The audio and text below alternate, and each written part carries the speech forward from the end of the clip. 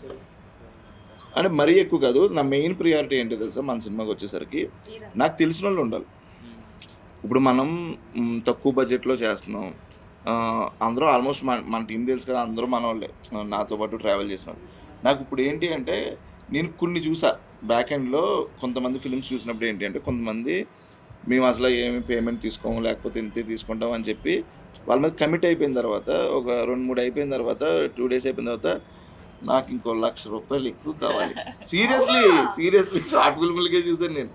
Short really? ఫిల్మ్‌లకే చూసా. నీకప్పుడు ఏమైతది? ఇప్పుడు నేను ఆపేయలేను. ఇప్పుడు ఏ కాంబినేషన్ సీనో ఎవరితోనో క్యారెక్టర్‌తో తీసినప్పుడు నేను ఆపలేను. నా పరిస్థితి ఏంటి? బట్ అగ్రీమెంట్ ఆల్రెడీ అయిపోయి ఉంటది అగ్రీమెంట్‌లో కదా! అంత సీన్ లేదు మాస్టరు. నువ్వు చేసావా? చేసావా? చేసావా? అంటే మన మాట మీద మరదే చెప్తున్నా. మనకన్ని అంత నేను అడిగానా లేదా? మీరు కన్విన్స్ చేశారా? నేను ఎన్ని అది. సార్లు అడిగా నాకు మరది. కావాలి అని ఆ! చెప్పి. సో, అయన్నీ జరిగినాయి కదా! సో, ఇప్పుడు నా భయం ఏంటి అంటే, అలాంటోడు ఎవడో వచ్చి, నాకు మధ్యలో నేను ఇచ్చాను, అది చేయను అని నాటకాలు చెప్తే తీరిపోద్ది. సో, అందుకే నాకు తెలిసినోళ్ళే ఉండాలన్నదే నా మెయిన్ ప్రియారిటీ.